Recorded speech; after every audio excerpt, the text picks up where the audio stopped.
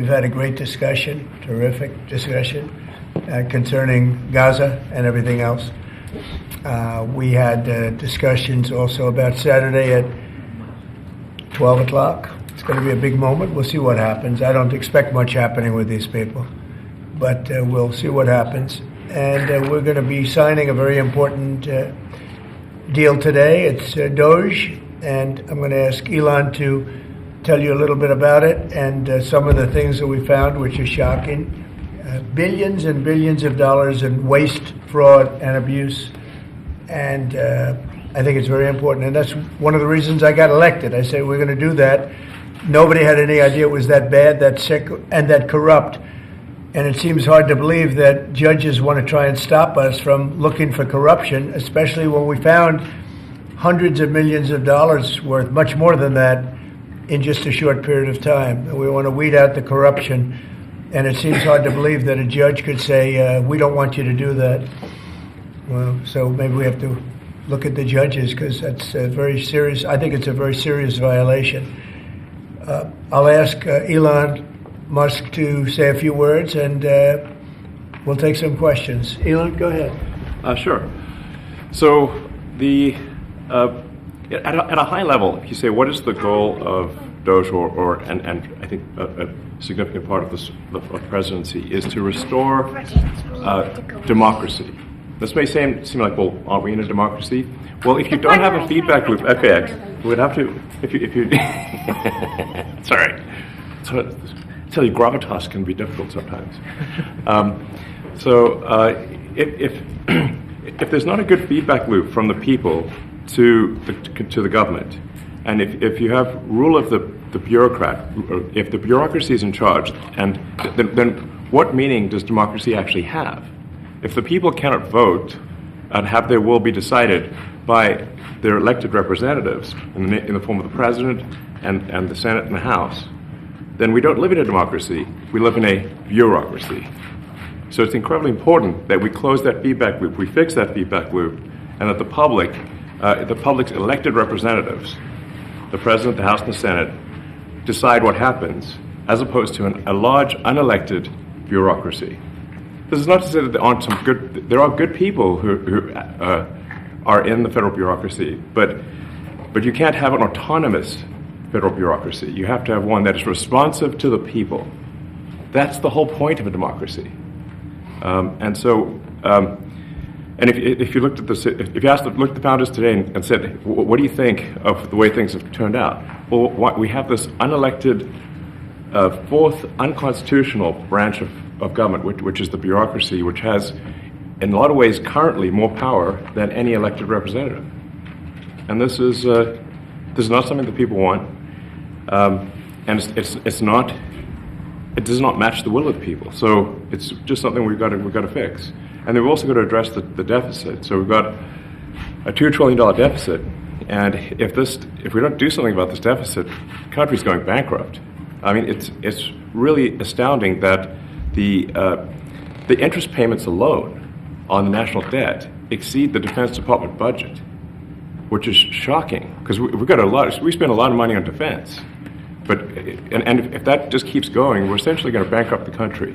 So what I really want to say is, like, it's not optional for us to reduce the federal expenses. It's essential. It's essential for America to remain solvent as a country, and it's essential for America to have the resources necessary to provide things to its citizens and not simply be servicing vast amounts of debt. And also, could you mention some of the things that your team has found, some of the crazy numbers, including the woman that walked away with about $30 million, right, etc.? Well, we do find it sort of rather odd that there are quite a few people in the bureaucracy who have ostensibly a salary of a few $100,000, but somehow manage to accrue tens of millions of dollars in net worth while they are in that position, which is, what happened at USAID. We're just curious as to where it came from. Maybe they're very good at investing, in which case we should take their investment advice, perhaps. But there seems to be mysteriously they get wealthy. We don't know why. Where does it come from? And I think the reality is that they're getting wealthy at the taxpayer expense. That's the honest truth of it. So, we're looking at, we won't just, if you look at, say Treasury, for example, basic controls that should be in place, that are in place in any company, such as making sure that any given payment has a payment categorization code, that there is a comment field that describes the payment, and that if a payment is on the do not pay list, that you don't actually pay it. None of those things are true currently. So the reason that departments can't pass audits is because the payments don't have a categorization code. It's like just a massive number of blank checks just flying out the building. So you can't reconcile blank checks. You've got comment fields that are also blank, so you don't know why the payment was made. And then we've got this truly absurd, a do not pay list, which can take up to a year for an organization to get on a do not pay list. And this, we're talking about terrorist organizations, we're talking about known fraudsters, known aspects of waste, known things that do not match any congressional appropriation, can take up to a year to get on the list, and even once on the list is not used. It's mind-blowing. So what we're talking about here, we're really just talking about adding common sense controls that should be present, that haven't been present. So you say, like, well, how could such a thing arise? That seems crazy. When you understand that really everything is geared towards complaint minimization, so then you understand the motivations. So if people receive money, they don't complain, obviously. But if people don't receive money, they do complain. And the fraudsters complain the loudest and the fastest. So then when you understand that, then it makes sense. Oh, that's why everything they approve all the payments at Treasury. Because if you approve all the payments, you don't get complaints. But now we're saying that, no, actually, we are going to complain. If money is spent badly, if your taxpayer dollars are not spent in a sensible and frugal manner, then that's not okay. Your tax dollars need to be spent wisely on things that matter to the people. I mean, these things, it's just common sense. It's not draconian or radical, I think. It's really just saying, let's look at each of these expenditures and say, is this actually in the best interest of the people? And if it is, it's approved. If it's not, we should think about it. So, there's crazy things like just cursory examination of Social Security, and we've got people in there that are 150 years old. Now, do you know anyone who's 150? I don't. Okay. They should be on the Guinness Book of World Records. They're missing out. So, that's a case where, I think they're probably dead. It's my guess. Or they should be very famous, one of the two. And then there's a whole bunch of Social Security payments where there's no identifying information. Well, why is there no identifying information? Obviously, we want to make sure that people who deserve to receive Social Security do receive it, and that they receive it quickly and accurately. I'll tell you another crazy thing. So, one of the things is we are trying to sort of right-size the federal bureaucracy, just make sure that this. Obviously, there need to be a lot of people working for the federal government, but not as many as currently. So we're saying, let's if people can retire, with full benefits and everything, that would be good. They can retire, get their retirement payments, everything. And then we were told, this is actually, I think, a great anecdote, because we were told the most number of people that could retire possibly in a month is 10,000. We're like, well, why is that? Well, because all the retirement paperwork is manual on paper. It's manually calculated, then written down on a piece of paper. Then it goes down a mine. And what do you mean a mine? There's a limestone mine where we store all the retirement paperwork. And you look at a picture of this mine. We'll post some pictures afterwards. And this mine looks like something out of the 50s because it was started in 1955. So it looks like it's like a time warp. And then the speed, the limiting factor is the speed at which the mine shaft elevator can move determines how many people can retire from the federal government. And the elevator breaks down sometimes, and then nobody can retire. Doesn't that sound crazy? There's 1,000 people that work on this. So I think if we can take those people and say, you know what, instead of working in a mine shaft and carrying manila envelopes to boxes in a mine shaft, you could do practically anything else and you would add to the goods and services of the United States in a more useful way. So anyway, so I think that's an example. At a high level, if you say how do we increase prosperity, is we get people to shift from roles that are low to negative productivity to high productivity roles, and so you increase the total output of goods and services, which means that there's a higher standard of living available for everyone. That's the actual goal. Everyone's very quiet. Well, are people normally this quiet? Your detractors, Mr. Musk. I have to what? Including a lot of Democrats. I have detractors? You do, sir. I don't believe it. Say that you're orchestrating a hostile takeover of government and doing it in a non-transparent way. What's your response to that criticism? Well, first of all, you couldn't ask for a stronger mandate from the public. The public voted. We have a majority of the public voting for President Trump. We've won the House. We won the Senate. The people voted for major government reform. There should be no doubt about that. That was on the campaign. The president spoke about that at every rally. The people voted for major government reform, and that's what the people are going to get. They're going to get what they voted for. And a lot of times, people that don't get what they voted for, but in this presidency, they are going to get what they voted for. And that's what democracy is all about. Mr. Musk, the White House says that you will identify and excuse yourself from any conflicts of interest that you may have. Does that mean that you are, in effect, policing yourself? What are the checks and balances that are in place to ensure that there is accountability and transparency? Well, we actually are trying to be as transparent as possible. In fact, we post our actions to the Doge handle on X and to the Doge website. So all of our actions are maximally transparent. In fact, I don't think there's been, I don't know of a case where an organization has been more transparent than the Doge organization. So, and the kind of things we're doing are, I think, very, very simple and basic. They're not, what I mentioned, for example, about Treasury, just making sure that payments that go out, taxpayer money that goes out, is categorized correctly, that the payment is explained, that organizations on the do not pay list, which takes a lot to get there, that actually are not paid, which currently they are paid. These are not individual judgment decisions. These are about simply having sensible checks and balances in the system itself to ensure that taxpayer money is spent well. So it's got nothing to do with, like, say, a contract for some company of mine at all. But if there is a conflict of interest when it comes to you yourself, for instance, you've received billions of dollars in federal contracts when it comes to the Pentagon, for instance, which the president, I know, has directed you to look into. Yeah. Are you policing yourself in that? Is there any sort of accountability check and balance in place that would provide any transparency for the American people? Well, all of our actions are fully public. So if you see anything, you say, like, wait a second, hey, Elon, that seems like maybe that's, there's a conflict there. It's not like people are going to be shy about saying that. They'll say it immediately, Including you yourself. Yes.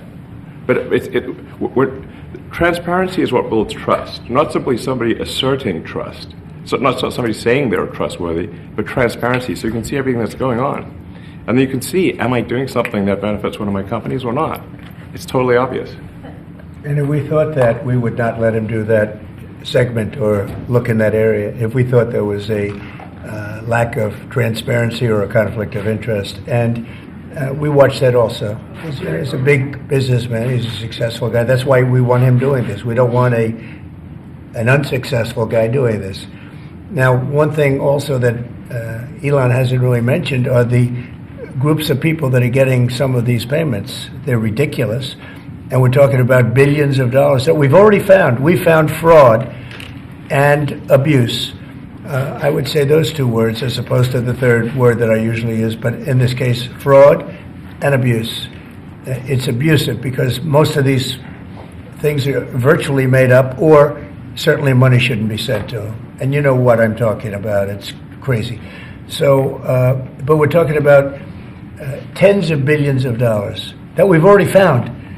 And now a judge who's an activist judge wants to try and stop us from doing this. Why? Why would they want to do that? I campaigned on this. I campaigned on the fact that I said government is corrupt.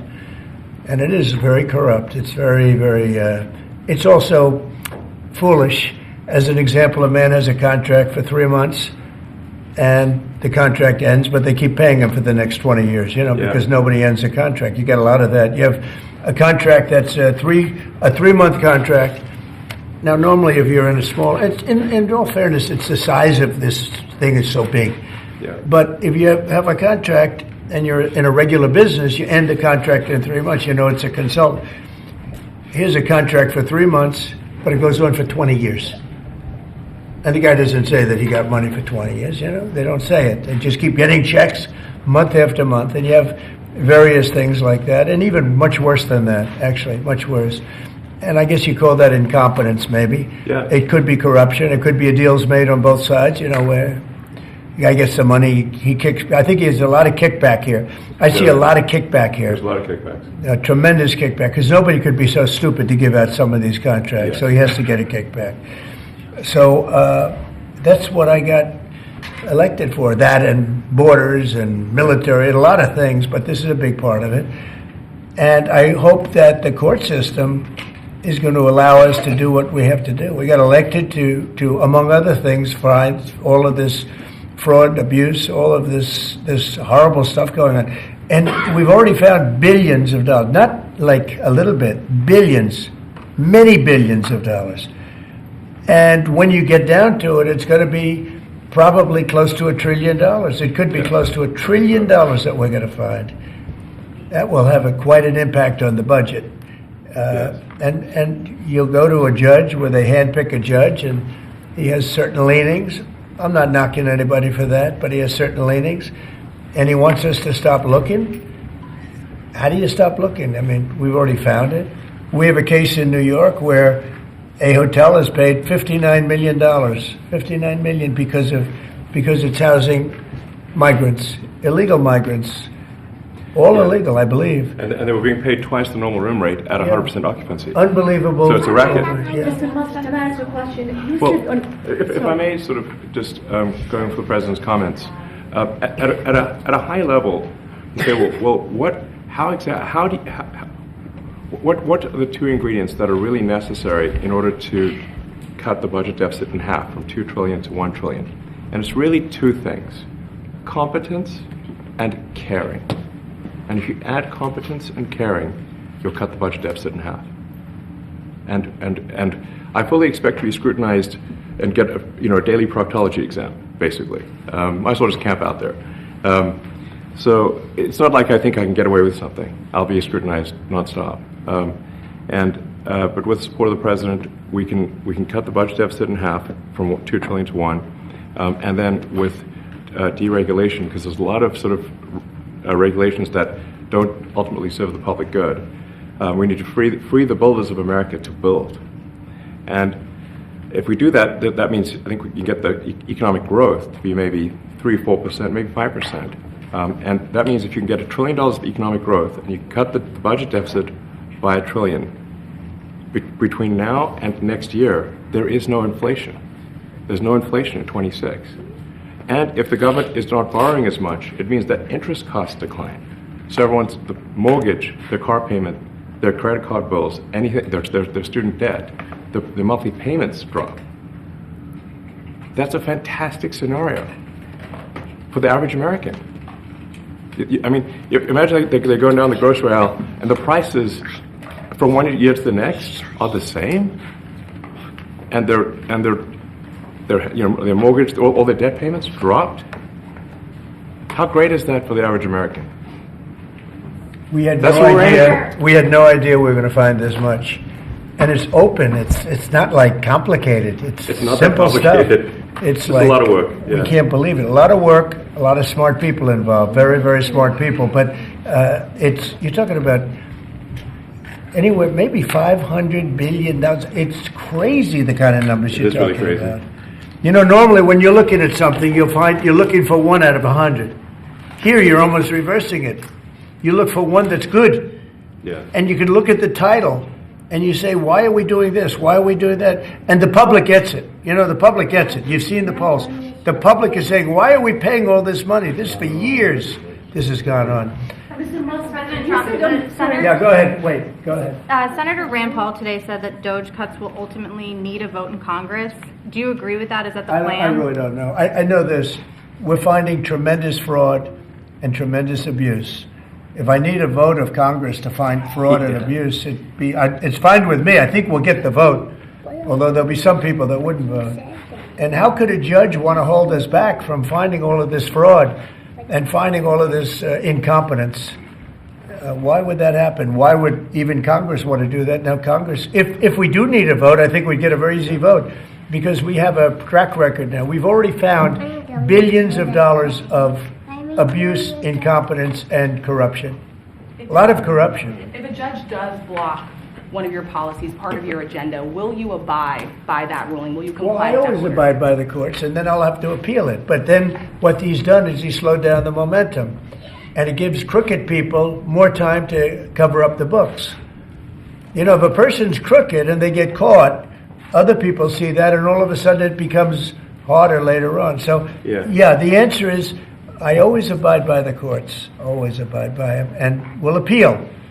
But appeals take a long time, and I would hope that a judge, if you go into a judge and you show him, here's a corrupt situation, we have a check to be sent, but we found it to be corrupt. Do you want us to send this corrupt check to a person, or do you want us not to give it and give it back to the taxpayer? I would hope a judge would say, don't send it, give it back to the taxpayer. Yeah, if I can add to that, what we're finding is that a bunch of the fraud is not even going to Americans. So I think we can all agree that if there's going to be fraud, it should at least go to Americans. But a bunch of the fraud rings that are operating in the United States and taking advantage of the federal government, especially in the entitlements programs, are actually foreign fraud rings. They're operating in other countries and actually exporting money to other countries. We should stop that.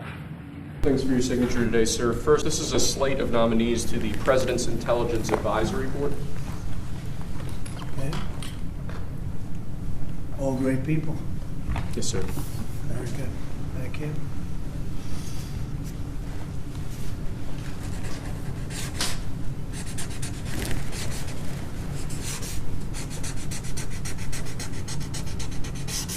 Do you want to read the names? I can if you'd like, sir. Go ahead, please. First, the chairman will be Devin Gerald Nunez, and the members of the board will be Scott Glave, Amaryllis Fox Kennedy, Brad Wenstra, Katie Miller, Wayne Berman, Rents Priebus, Robert O'Brien, Joshua Lobel, Sander Gerber, Jeremy Katz, and Thomas Hicks Jr. Okay, good. All good. Next, sir, we have a presidential memorandum for your attention entitled Reciprocal Trade and Tariffs. This memorandum will reshape American trade policy with the guiding principle being that our tariffs and our treatment of other countries should be reciprocal based on their treatment of us. It charges your Secretary of Commerce, your U.S. Trade Representative, and other cabinet secretaries to pursue that policy vigorously and to develop trade policies in accordance with it. That's good. Well, we'll sign that. And before we do, I think I'll mention that some numbers have come out. And as you know, we're looking for waste, fraud, and abuse. And this just came out from the Government Accountability Office. And they're pretty staggering numbers. The federal government loses as much as $521 billion in fraud every single year. That's what Elon's working so hard on with his group of almost 100 geniuses. In 2023, there was an estimated $236 billion in improper payments made. And they think that number is very low. Should be much higher. $236 billion. This is why we're doing what we're doing. This is why I campaigned so hard and discussed this so much. And since 2003, there have been $2.7 trillion in improper payments, meaning payments that went to the wrong people or payments that shouldn't have been made. According to the Economic Policy Innovation Center, very respected, in 2024, there was an estimated $162 billion in improper payments. Earned income tax credit, this is having to do with earned income tax credit. It was $15.9 billion. having to do with food stamps, improper. $10.5 billion in improper payments. Restaurant Revitalization Fund, $8.7 billion. Supplemental security income, $6.5 billion. This is all bad stuff, bad payments, fraud, largely fraud. Unemployment insurance, $5.6 billion. According to House Ways and Means in 2024, Social Security, Disability Insurance, and Survivors Insurance Programs sent an estimated $8.3 billion in improper payments, including $6.5 billion in overpayments where they overpaid. So these are staggering numbers, and this has been going on for a long time, and we're finding a lot of it. And those numbers are minimal. They're really minimal. Those are numbers that have been proven. So you can imagine what the real number is. But we're going to make America rich again, and that's a good place to start. But here's really the place to start, because we're talking now about reciprocal tariffs. And on trade, I have decided, for purposes of fairness, that I will charge a reciprocal tariff, meaning whatever countries charge the United States of America, we will charge them. No more, no less. In other words, they charge us a tax or tariff, and we charge them the exact same tax or tariff. Very simple. Nobody knows what that number is unless you go by the individual country. You can see what it is if you go to the individual country and you look at what they're charging us. In almost all cases, they're charging us vastly more than we charge them, but those days are over. For purposes of this United States policy, which is a big one, we will consider countries that use the VAT system. You know, you hear about a VAT tax all the time, the VAT system, which is far more punitive, actually, than a tariff. Similar, but more punitive. To be similar, so that the way we're going to look at it, we're going to call it a tariff, because they use that as a way of getting away from the tariff and the designation of tariff, but it's essentially similar or the same thing. So a VAT tax will be viewed as a tariff. Certain areas of Europe do it, to put it mildly. They have about a 20% VAT tax. Sending merchandise, product, or anything by any other name through another country for purposes of unfairly harming America will not be accepted.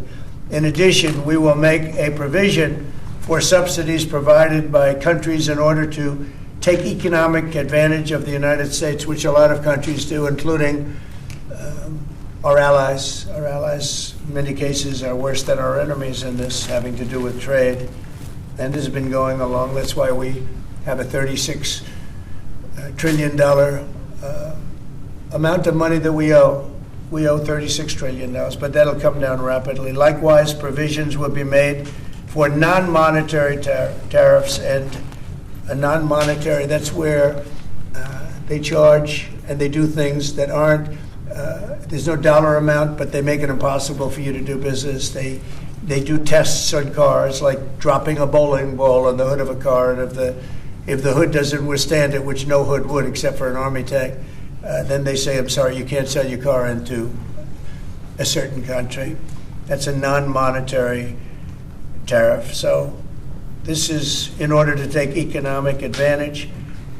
Likewise, the provisions for the non-monetary tariffs and trade barriers that some countries charge, and most countries, many countries, have something to that effect in order to keep our product out of their domain, or if they do not even let the U.S. businesses operate. So in some countries, they just won't let us even operate there. They charge us a lot, but they won't even let us go in. And we have many of them.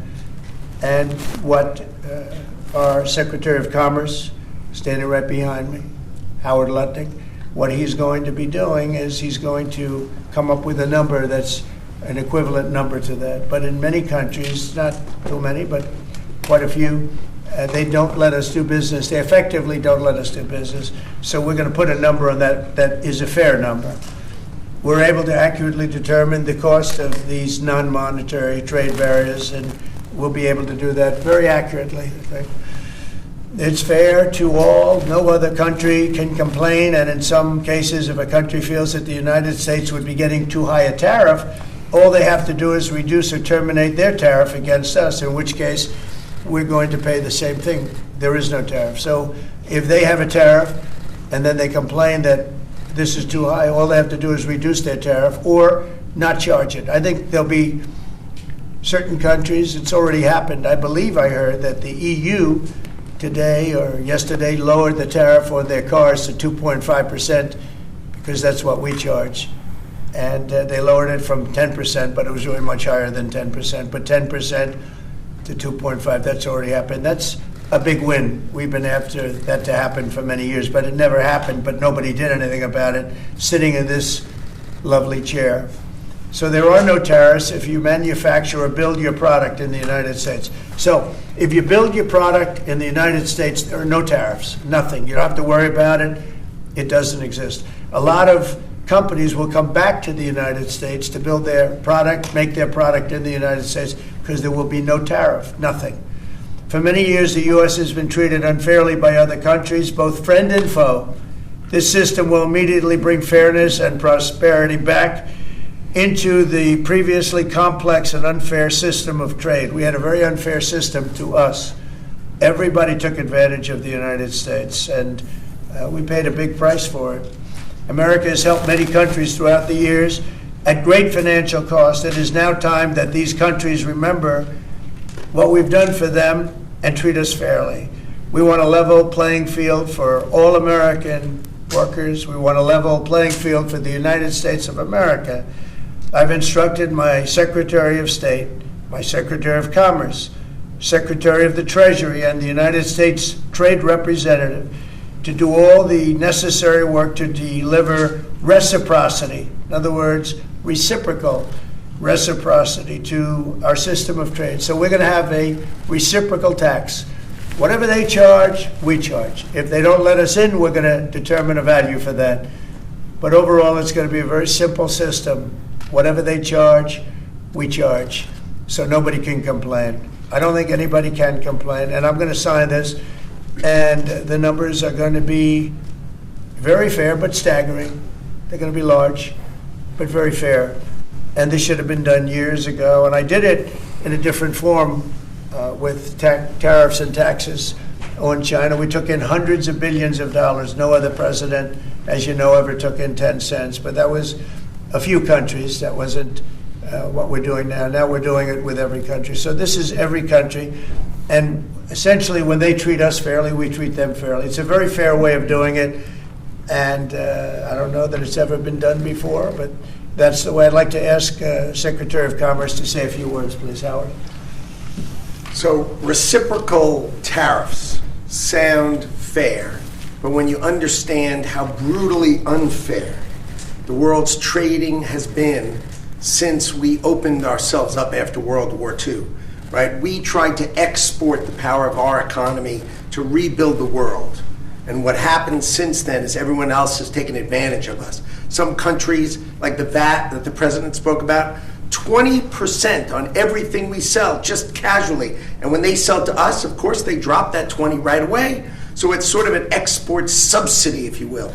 So we are going to address each country one by one. But here's the key. They'll get an invitation to trade with the greatest consumer economy in the world.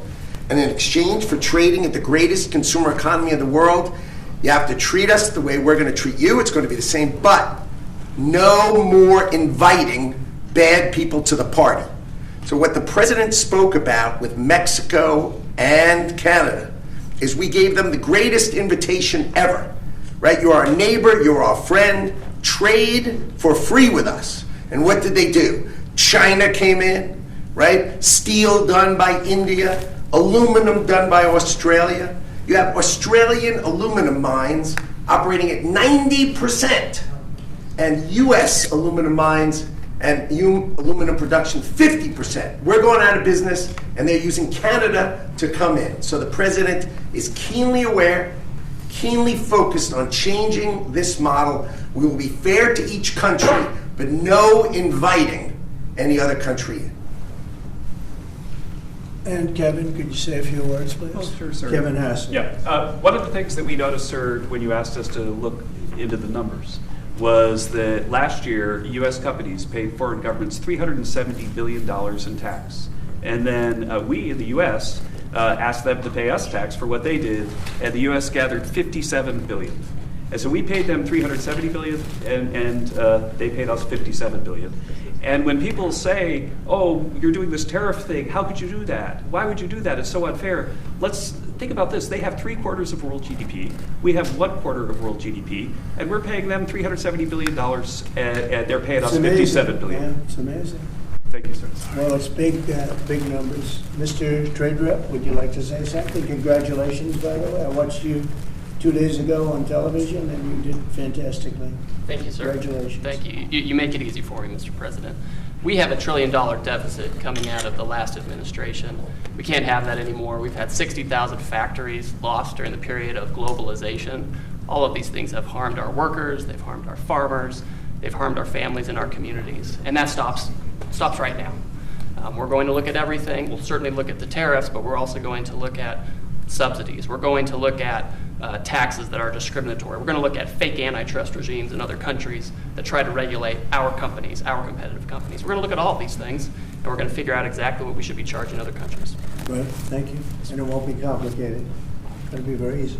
Big numbers, all right. The biggest you've ever seen. Peter, go ahead. Yes, sir. Tariffs are bad. Around the world, they're higher than we have, but tell you what, the non-monetary barriers that are imposed on us are even worse. And President Trump has been right to single out, for example, the VAT tax, the value-added tax. There's a reason why Germany sells 8 more cars to every one we sell them. And it's not American craftsmanship, it's not American design. It's simply the unfair trade practices. And that VAT is a killer. It's a hidden tariff.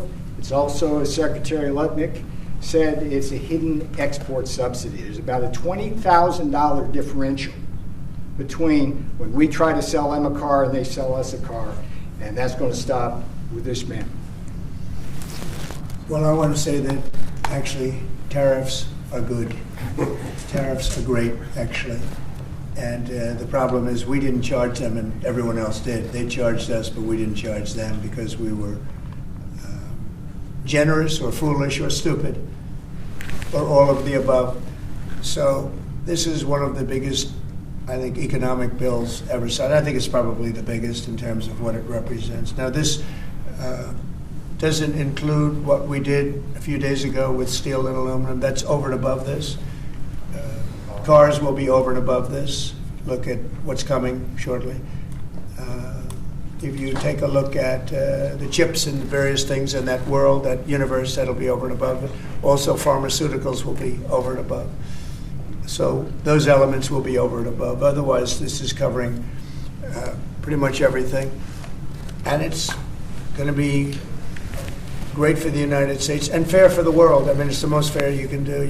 We could charge just a flat tariff, and that would be in many ways easier, but you could make a case that that wouldn't be fair to other countries. This is fair. Remember, whatever they charge, we charge. Or whatever they charge us, we charge them. And if they charge us nothing, we charge them nothing. And it really works out well. And we'd be very happy to have nothing and nothing. We wouldn't have any tariffs at all. But to me, it's something that I'm very proudly doing. It should have been done many, many years ago, and we're doing it now. We're doing it very late because we were very foolish, as a country, very foolish, and we're doing it now.